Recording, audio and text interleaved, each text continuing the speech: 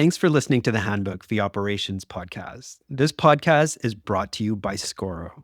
Scoro is a PSA or professional services automation platform. Don't blame me, I did not come up with that label. But yeah, it's easy for those of us in agencies to forget that ultimately we are professional services businesses in the business of selling time. A PSA platform helps your agency take a leap in maturity from disjointed tools and spreadsheets that don't talk to one another to a single source of truth for your business, bringing together quoting, project and time tracking, invoicing, and reporting into one beautiful place. So you don't have to spend your time looking up or copying and pasting data from several different places. I left my job as an in-house ops director to work for Scoro because I was so impressed. Sign up for a free trial at Scoro.com, or if you arrange a demo call, tell them Harv sent you. Now, let's get to the episode. Hey all, I'm Harv Nagra. Welcome back to the Handbook, the Ops podcast. When I started this podcast just over a year ago, the goal was simple. Speak about ops challenges with ops people for an ops audience. Because from my experience, ops can be a lonely role in a business. I certainly felt that when I'd first moved into operations in an agency many years ago. Thankfully, that's changed quite a lot over the last few years. If you're a regular listener, I hope that you'll find the Handbook has become one of those places where you can find community, ideas, and inspiration. When we're stuck doing things on our own, we might be less creative or afraid of making big changes for fear of breaking things or opening up a can of worms. It can be intimidating. So coming back to the purpose of this podcast, it's been to share experiences and learnings, not the glossy version, the real version, the version where the tools you brought in are gathering dust, where your most trusted team member hands in their notice and you realize no one else knows how to do what they do, where your agency is busy, but your margins don't reflect it, where you've gone from peaceful to panicking about your pipeline because the latest crazed politician is on a power trip. All of that stuff. So hopefully through the conversations we've had on the podcast, it's given you some inspiration of things to try at your own place of work.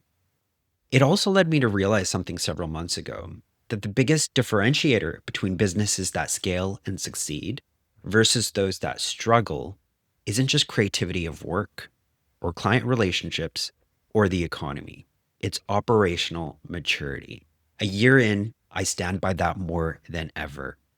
And on reflection, all the episodes of the podcast to date fall neatly under the 5 pillars, which I believe sit at the heart of operations and which we need to ensure are all being nudged towards higher maturity: people, process, tools, data, and growth strategies. Interrogating each of these areas gives us perspective on the gaps and the opportunities within our own businesses. So in today's episode, it's just me. We're going to take a whirlwind tour of these 5 pillars and recap some of what we've learned over the past year. Let's dive in. Let's start with people, the foundation of your business. And for an ops director, there's so much here that we have to be across. There's hiring, retention, performance, culture, communication. Throwback to Sarah Brome from GenFlow. In that episode, I opened by confessing I didn't have a great track record with recruitment. I felt the sting of those 20% fees, extended probation periods, and hires that just didn't work out, despite my best attempt to make the hiring process as rigorous as possible. Sarah told us at GenFlow she's reduced time to hire to just 6 weeks, which is super impressive, and has implemented a hiring process to ensure she's hiring the right team fit after too many false starts like I just described in my case. And she set up a clear onboarding process that gets new joiners productive fast. Here's a clip of Sarah talking about how she used to get wooed by a great-looking CV, but not any longer. We've probably wasted hundreds of thousands of pounds on employees who have been great on paper and might be good for other agencies, but for us, we're just not the right fit whatsoever. I would look at a flashy CV and think, wow, this person's been at this brand and that brand. You know, obviously they're going to come in and they're going to fix our problems because they know how it works. They come in and they're used to working in a certain way, and it didn't work for us because we were working with real people, creators, for one. They're not just B2B clients. And then also just their outlook on what pace should look like internally and what growth should look like. So I think that was one major learning curve. Now, obviously, it's not just about hiring and onboarding. We also need to think about careers and growth for our team members. That's where Zoe Elizabeth blog from Reboot comes in. She gave one of the best examples I've heard of how to handle career paths in a business. Not only do her team have a very clear idea of how to get to the next level, she encourages them to put themselves forward for promotions if they think they qualify. And she actually does salary reviews 4 times a year. I have never heard of such a thing. Zoe pointed out that that doesn't mean people get pay rises 4 times a year, although theoretically, I suppose they could, but that she reviews and gives people an opportunity for the pay bump 4 times a year so that there's not these long stretches of having to wait if someone's earned it. And in a competitive market, it's important that you can be reactive and make a change when it's the right time. One of the best things I enjoyed about hearing from Zoe was how she has dual career paths for every role in her agency. One for people managers and another path for people that prefer to be individual contributors. We often have paths for promotion in our agencies or our businesses that is set up for line management. It is super rare, in my view, to have the deep consideration that Zoe has for the individual contributor path for individuals that don't want those responsibilities. Here's a clip of Zoe talking about the IC career path. The murkiness of career paths is something I see often. As you mentioned, for IC roles, it lacks the clarity or prestige that comes with some management positions. So people do feel forced to go into manager roles and they don't know where else they can go. So the career packs we've done for Reboot have tried to make that clear. And Right. what we have for every manager role is a corresponding IC position. So to put that into context, you might have a manager and level with them is a specialist in that position. So I would expect a specialist to be able to perform at a manager level, but they're not looking after people. They can just run Mm, with the projects and get it done. So what the team can really see is that along these pathways is a parallel IC route, and it comes with that same reward, same salary bands. It's just different expectations. All right, so we've done the hiring, we've done the onboarding, we've done the career paths and performance reviews. What's next? Well, company culture. Many of us have struggled to really crack the code on culture since the world went hybrid and remote. Some of the magic has been lost. So, what do we do about that? That's where my conversation with Agile and collaboration coach Yulia Vastrik comes in. In a hybrid world, Yulia said that culture doesn't live in the office anymore, it lives in your rituals. Yulia was saying it's absolutely still possible to have a strong company culture today, but it takes more effort and more intent. It's no longer automatic. We have to make a concerted effort to build that culture. One of the key takeaways for me is that we should create working agreements that outline expectations around working practices with our teams. That way, everyone's on the same page. Here's a clip. Team culture is not only having fun together, but it's also to do work together. And for this, we need to have explicit agreements where we decide how we work as a team. And this is not something written in stone. We experiment with this, and then we might add, remove, change those working agreements. And overall, like it should not be something very long. The longer the more chances that people will not remember. So if Okay. it's like 3 rules, it's cool. If it's 5 rules, it's also good. And overall, for example, documentation, it also might be part of working agreements. What kind of documentation we have, where we keep this, what is necessary, and how we collaborate, what kind of tools we are using, it might be also part of this. So if you've been struggling with company culture in the work from home era, listen to this episode for some inspiration. Speaking of culture, one big cultural change that's sweeping through our workplaces is the fresh perspective that Gen Z are bringing in. It's estimated that around 30% of our workforce is Gen Z in 2025. My chat with Isabel Camier was one that I know resonated with a lot of people. Isabel's research offered 6 clear trends shaping this generation's mindset at work and challenged a lot of the stereotypes. If you're in a line management role, you're already managing Gen Z, and this episode gave us a roadmap for doing it well. Here's a clip from that episode. Ironically, millennials probably had a similar reaction from their line managers several years ago. So it's funny how things come full circle. But what would you say to someone saying, why should we make exceptions or change the way we're working? First of all, I'd respond by asking, is what you're doing working 100% of the time? Has leadership and management in the places that you have worked never sort of evolved, changed? We also know cultures work better, workplaces are better when they're really inclusive. What stood out to me across all these episodes was how interconnected the themes were. You can't talk about onboarding without talking about performance. You can't talk about performance without thinking about culture. And you can't build a strong culture without understanding who your team really is and what they need to thrive. We had some other brilliant conversations about people as well, with Amy Hopper talking about productivity and Jenny Plant discussing the role of the hybrid account manager. Do go check out all of the above if you haven't already, or if you need a refresher on those conversations. All right, let's move on to process. If people are the foundation, then process is the framework, and that applies to the processes we follow to sell, to pitch, to deliver, and more. Let's start with sales. This was one of our most popular episodes. Ryan Hall brought a commercial lens to the process conversation. We talked about how most agencies don't really have a clear sales process, just a string of one-off efforts, usually reliant on founder relationships, referrals, or repeat business. We count too much on all of the above. We discussed in that episode that when those inbound opportunities dry up for whatever reason, the lack of structure in the sales process becomes painfully obvious. Ryan walked us through how to set up an operationalized sales engine where we have the right people for each stage of the sales funnel.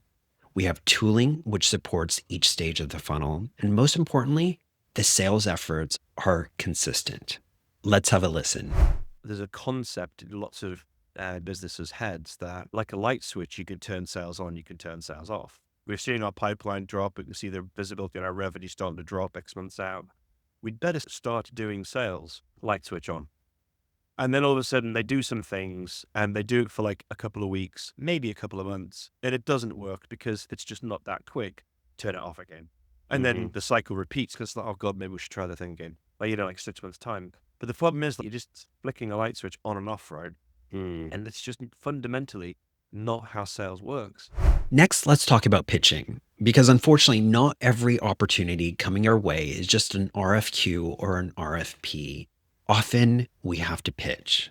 I hated pitching. The amount of time and effort that could get sunk into a pitch and the risk of clients ghosting you or the feeling that they're just putting things to pitch to generate ideas. It's absolutely awful.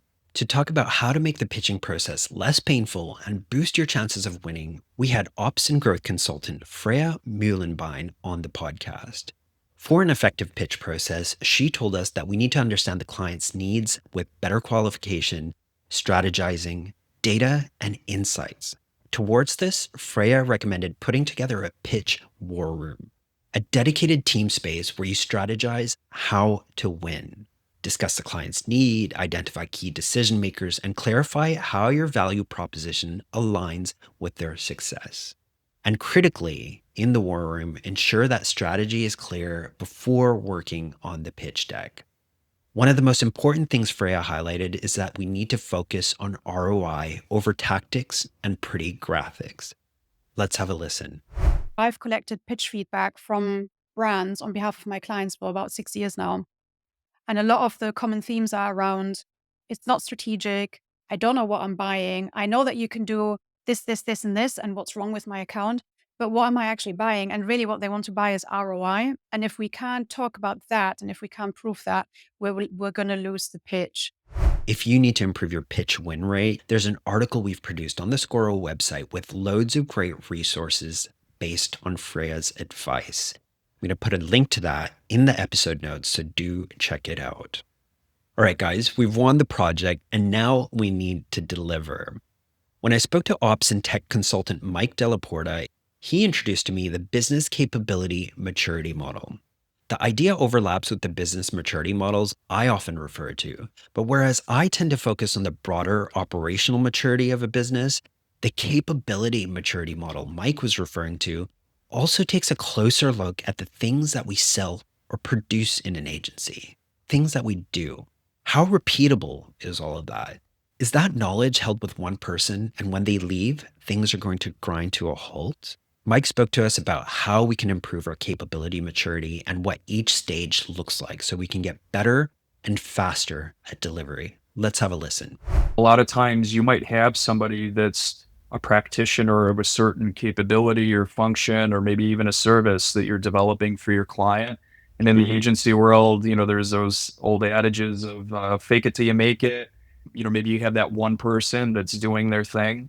But now the question comes up, well, we're doing this for one customer. How do we do it for two customers? How do we do it for three customers? And when that moment happens, you kind of have to step back and say, okay, what is it about what this person is doing, or this combination of people, process, and tech, that we can replicate and scale and deliver on the promise for multiple clients and take advantage of that opportunity?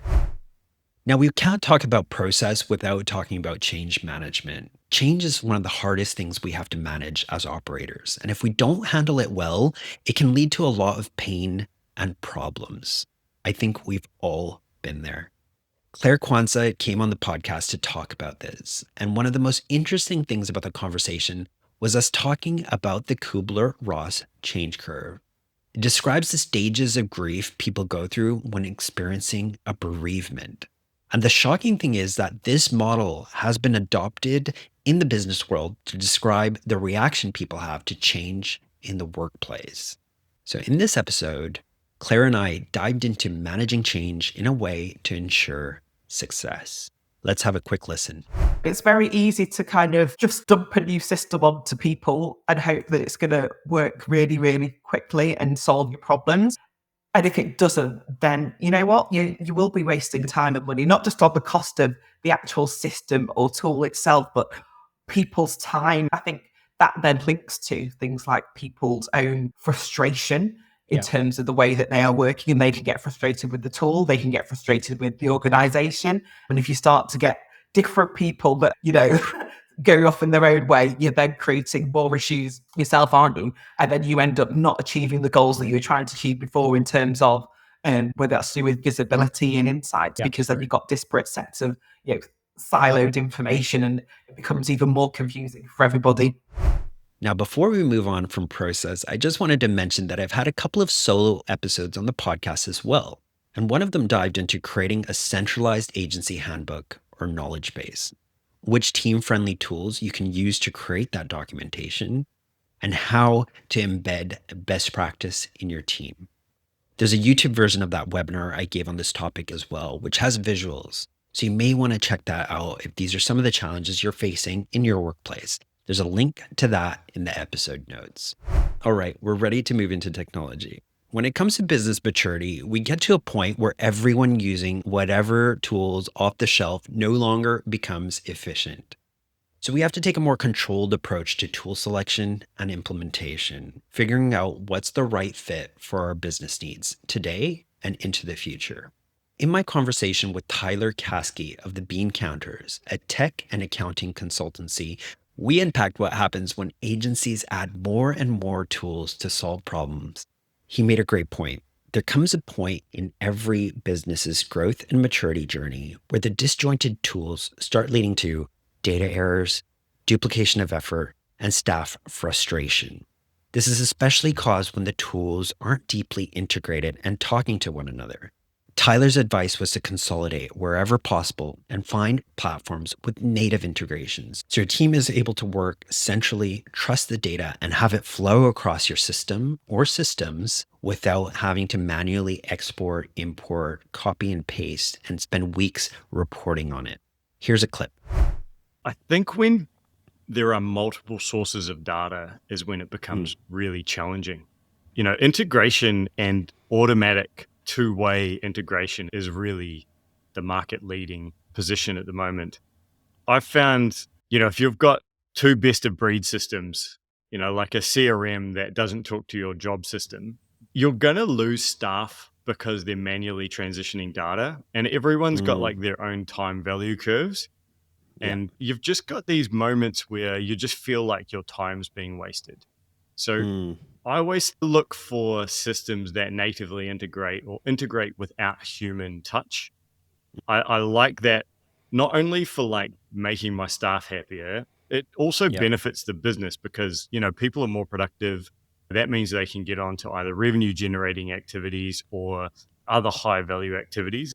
Next, we had tech consultant Matthew Pang on the podcast to help unpack this further. He brought a consultant's perspective on what it takes to actually scope and select the right tool, because that's always a big challenge as well, right? And not just grab the first thing you see in a Google search.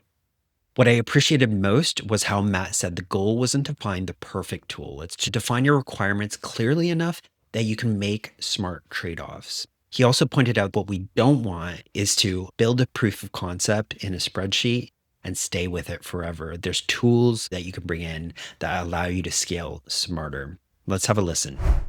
I definitely come across business owners all the time, and they still run the business like they did perhaps when they first started the business, and they haven't chosen to evolve with standard operating procedures. Spreadsheets are always a great starting point to model the data points you want to capture, but that should not be the final destination. It is the starting point. And once you figure out as a business owner what you need, what is important, you need to very quickly get off that so that you can scale with software.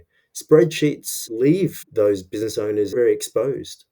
Intelligence is missed when you're just managing in spreadsheets, and it gets lost in translation. Another recent podcast we've had was with Ryan Piercy, another accounting and tech consultant from a company called Digital Disruptors. Ryan laid out what goes wrong when agencies build tech stacks reactively. Ryan's advice was to work backwards from the insights you want and then select the tools to support those decisions. He was saying that if you don't know what questions you're trying to answer, no tool, however powerful, is going to help you get clarity. Let's have a listen.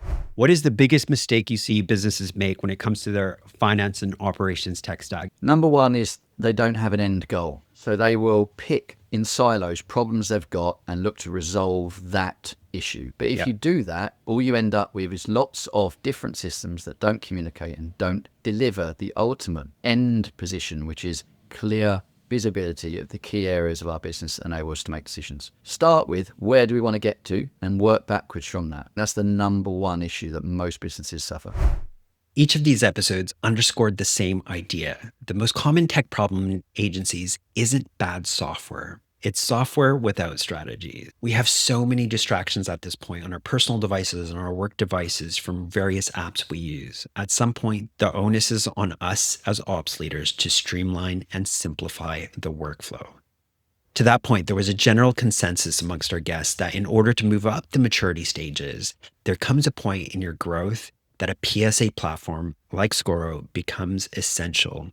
Without that, you end up having challenges with efficiency, with accuracy, and with visibility on how your projects and business are doing. All right, we're moving into metrics and data. One of the biggest leaps in agency maturity is the ability not just to collect data, but actually use it to steer where you're going. This came through really powerfully through some of the conversations we've had on the theme of data and metrics. Let's start first with Ryan McNamara, head of ops at Rise at 7. Ryan is one of those people I want to be when I grow up, only he's probably a decade younger than me. He's so switched on with his understanding in finance and metrics and really exemplifies what it means to be data-driven. In his episode, he talked about the 3 key areas that he thinks every ops director should obsess about: financial rigor, performance culture, and operational efficiency. Let's have a listen. I know that not everyone loves maths and finance and all those bits and pieces, but I like having information in front of me that allows me to figure out what's happening. So for me, it's about clear reporting and forecasting on sort of the financial and account performance within the team. So you'd look at utilization and revenue recognition, recovery, and different sort of tools and metrics like that. But overall, if you're really trying to define it, I'd say it's enabling you to have the right information about your business performance data. Right now, you can make a good decision today and a good decision in 2 weeks' time. That's what finance rigor is all about, and that's how you should sort of view it.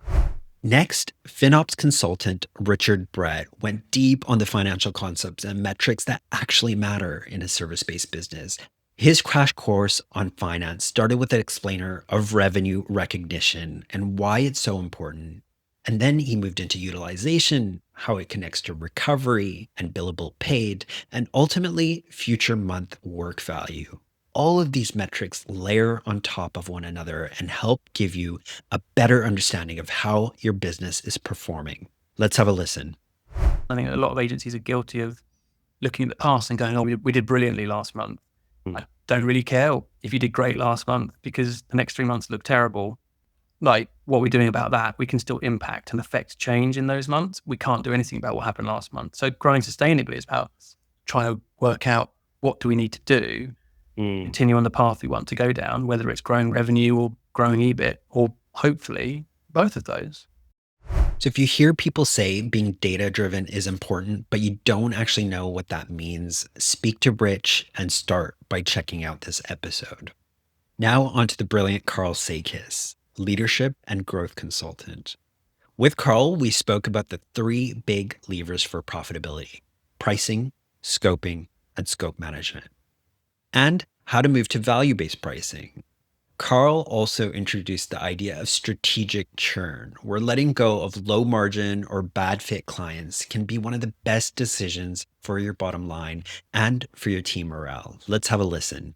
I have a concept I call strategic churn. That's where you replace previous or current clients with better new clients. If it's a client you're okay to lose, maybe you're going to get a higher increase if they want to stick around, or a higher increase if they want to keep working with, say, the owner of the agency, where maybe the owner used to work with lots of clients directly. If clients want to keep working with the owner, they're going to be paying a lot more for that premium service. If you don't know Carl, you should follow him. And if you haven't listened, this episode was packed with seriously good advice, as well as Carl's predictions for what the agency space is going to look like in the year 2030. Before we move on, I've said it many times, but when it comes to finance, we all come into operations from different career paths.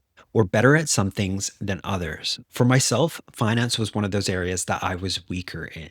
So you're not alone if you feel like you've got plenty to brush up on. In fact, that's one of the reasons I had Alfie Wenigami on the podcast from Cactus. He challenged ops folks to stop deferring to their finance colleagues and start building fluency in the numbers themselves. In his view, finance is the receipts that our operations and our processes are working, that we're making more money and performance is on the up. So we have to have this knowledge. Let's have a listen. I feel an ops person really needs to understand finances to be able to track whether or not what they're doing is actually working properly in the business. And if it's not, then figure it out and then approach your operations a different way. Tweak it, look at the reports, see the results, and see if it's working or not. As Peter Drucker said, what gets measured gets managed, and what gets managed gets improved. You have to be able to track it to be able to improve it. This episode was made for anyone that feels like they've got a lot to learn in this area, and Alfie's way of explaining things will make it incredibly easy. Do go check it out. All right, everyone, we're in our final section. We've talked about people, processes, technology, data, and finance, and now we're going to talk growth strategies and growth stories. When it comes to growth, we've had plenty of lessons. Our first ever episode was with ops consultant Manish Kapoor, telling us about the operational pillars that we need to sort out to make sure that we're set up for growth. We also had Preston Chandler, WPP's global practice lead in strategic operations, on the podcast. Tell us that we need to step back and look at the big picture more often and be more strategic in our operations and not just get buried in the tactical stuff. We've had agency consultant Max Traylor on the podcast, telling us how we can build stronger relationships with clients and be seen as strategic partners rather than just another agency. We've had former agency founder and consultant Trenton Moss on the podcast, telling us about loads of brilliant experiments he ran in his agency, getting his team to become more client and sales-centric, setting up a pod structure, how they set up a board of directors to help guide the agency, and how they stumbled in launching their agency overseas. There's so much to learn in the episode. Go check it out. We've recently had the genius Marcel Petipa on the podcast telling about the pitfalls to avoid at various growth stages. So what are the challenges agencies with a certain headcount face and how to ensure that you remain profitable throughout? Another favorite episode of mine was Claire Hutchings from Chime Agency telling us why agency marketing usually sucks, why this is a terrible thing to neglect when the economy is in the state that it's in, and how you can build a strategy that's sustainable. So loads of interesting growth stories and growth strategies to listen to. Do go check out some of those episodes. The point of today's episode was to revisit some of the top lessons from the past year as a refresher. If there's a challenge you're facing or something you need to refresh yourself on, go back and check out the episodes. And I didn't cover everything today, just some of the highlights. In each of these areas, people, processes, tech, data, and growth strategies. Now, the podcast is called The Handbook for a reason. When we launched this, I wanted it to be the handbook for business operations, a chapter for everything. Of course, we're not there yet. The challenges we face in operations are broad, and there's loads more coming up. But if you want to go see the catalog of episodes that we have up now, then go to scoro.com/podcast, and you can see the full lineup there. As always, everyone, a quick reminder that we have the Handbook newsletter that goes out every other week with key learnings from the latest episode. It means you don't have to remember everything or jot down notes on your phone while you're listening. You get the takeaways in your inbox to reference. Again, to sign up to that, go to scoro.com/podcast and sign up at the bottom of the page. And if you're a fan of the podcast, share the episode with a friend that would appreciate it. Rate the podcast on Apple or Spotify, especially if you've never done so. And take part in the conversation when you see me post about the podcast on LinkedIn. I really appreciate your support, and we'll be back soon with the next episode. Thank you so much. This podcast is brought to you by Scoro, a platform designed for agencies and consultancies, which allows you to manage your projects, finances, and resources, all from one system. This is a platform I brought in at a previous workplace, which completely transformed the way we worked, and which I've recommended to clients of my own. You can sign up for a free trial on scoro.com. That's SCORO.com. Or reach out to me, Harv Nagra, on LinkedIn if you'd like to hear about some of my experiences.